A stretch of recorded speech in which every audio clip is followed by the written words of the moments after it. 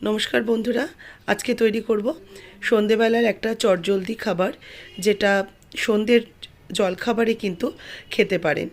এটা কিন্তু খেতে দারুণ লাগে, আর এই গরমের দিনে একটু ঠান্ডা ঠান্ডাভাবে এটা তৈরি করলে কিন্তু অপূর্ব খেতে লাগে।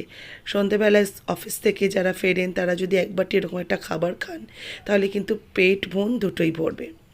এর জন্য আমি 1 কাপ নিয়ে নিলাম বেসন।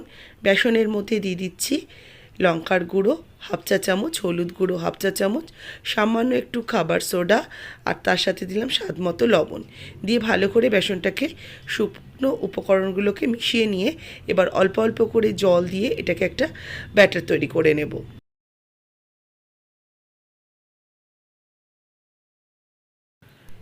ব্যাটারটাকে খুব ভালো করে স্মুথভাবে আমি এটাকে গুলে নিচ্ছি। ঠিক এর কনসিস্টেন্সিটা ঠিক এরকম হবে, খুব ঘন না খুব পাতলাও না। এবার এটাকে ঢাকা দিয়ে 10 মিনিট রেস্টে রেখে দেবো। এদিকে নিয়েছি ধনে পাতা, নিয়েছি পুদিনা পাতা, 2টো কাঁচা লঙ্কা, একটু রসুন আর একটু আদা। একটা নিয়ে নিয়েছি। প্রথমেই মুঠোখানেক ধনে পাতা দিয়ে দিচ্ছি, এতে দিয়ে দেবো একটু আদা রসুন, 2টো কাঁচা লঙ্কা দিলাম, রসুন আমি এই 3 কোয়া মতো দিয়েছি, আদা হাফ ইঞ্চি মতো দিয়েছি, আর কাঁচা লঙ্কাটা 2টো দিয়েছি। ঝাল নিজেদের স্বাদ অনুযায়ী অ্যাড করবেন। আবার মুঠোখানেক মতো দিয়ে দিলাম পুদিনা পাতা। এবার এটাকে মিক্সিতে পেস্ট করে নেব জল ছাড়া। এবার মিক্সিতে পেস্ট করে নেওয়ার পর আমি বেশ কিছুটা তেঁতুল জলে ভিজিয়ে রেখেছি, এই তেঁতুলটা আমি এর মধ্যে দিয়ে দেব। তেঁতুলটা দিয়েও আরেকবার আমি মিক্সিটা ঘুরিয়ে নেব। এবার এই দেখুন 10 মিনিট হয়ে গেছে। ব্যাটারটার যেটা সেট করতে দিয়েছি, এটাকে এই বেসনের ব্যাটারটাকে আবারও কিছুক্ষণ আমি একটু গুলে নিচ্ছি। আবারও কিছুক্ষণ একটু ফেটিয়ে নেব বেসনের ব্যাটারটাকে।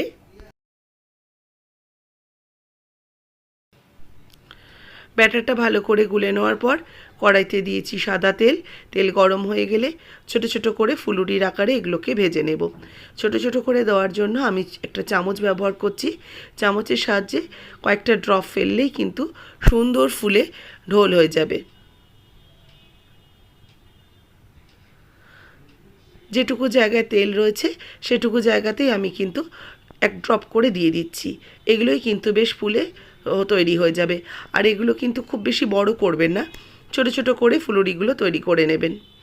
আমি আজকে বেসন দিয়ে করছি, আপনারা কিন্তু মুগের ডাল বা বিউলির ডাল বেটেও তৈরি করতে পারেন।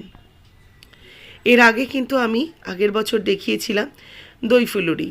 দই ফুলুরিটাও খেতে কিন্তু ভীষণ ভালো হয়। দই ফুলকি বা দই ফুলুরি দারুণ খেতে হয়, সেটাও আমার চ্যানেলে তৈরি করা রয়েছে, অবশ্যই চেক করে নিতে পারেন। এক ব্যাচ উঠিয়ে নেওয়ার পর আমি আরও একটা ব্যাচ একই রকমভাবে তৈরি করে নিচ্ছি।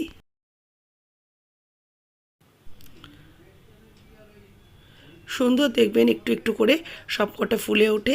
তারপরে আস্তে করে এগুলোকে উল্টে দিয়ে 2 পিঠ একটু লাল লাল করে মুচমুচে করে ভেজে নিতে হবে।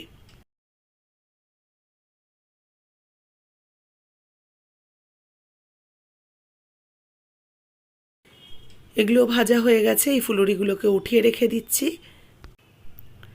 এবার এই মিশ্রণটা যেটা বেটে নিলাম, তেঁতুল সহযোগে যে জিনিসগুলো দিয়েছিলাম সেগুলোকে এবার একটা বোলের মধ্যে নিয়ে নিচ্ছি। এবার এর মধ্যে আমি কিছুটা জল মেশাবো। এর মধ্যে আপনারা ঠান্ডা জল দিতে পারেন, আমি নর্মাল ওয়াটারই দিলাম। জলটা মিশিয়ে এই মিশ্রণটাকে ভালো করে জলের সাথে মিশিয়ে নেব।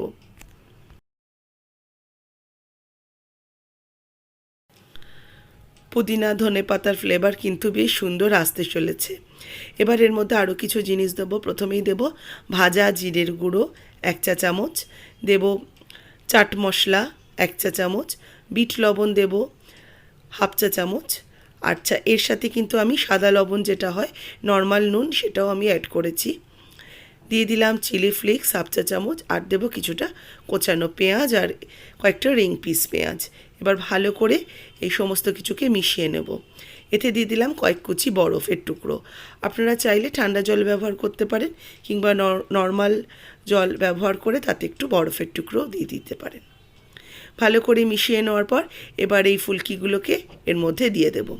ফুলকিগুলোকে দিয়ে বেশ কিছুক্ষণ এটাকে মিক্সড করে নিয়ে ভিজিয়ে রাখবো, যাতে ফুলকিগুলোর মধ্যে এই টক জলের স্বাদটাও চলে আসে আর ফুলকিটা বেশ নরম হয়ে যায়। তৈরি হয়ে গেছে দই ফুলকি। কেমন লাগলো অবশ্যই জানাবেন আজকের রেসিপি।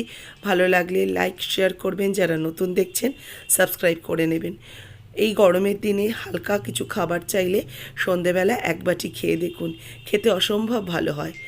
নিজের মন প্রাণ দুটোই শান্তি পাবে, তার সাথে শরীরটাও কিন্তু দারুণ লাগবে। অফিস থেকে ফিরে বা স্কুল থেকে ফিরে বাচ্চাদেরকে এক বাটি করে দিন, দারুণ খেতে লাগবে। রেসিপি ভালো লাগলে নতুন যারা দেখছেন অবশ্যই সাবস্ক্রাইব করবেন। ফেসবুক পেজের বন্ধুরা পেজটাকে ফলো করে রেসিপিটাতে অবশ্যই একটা লাইক দিয়ে দেবেন।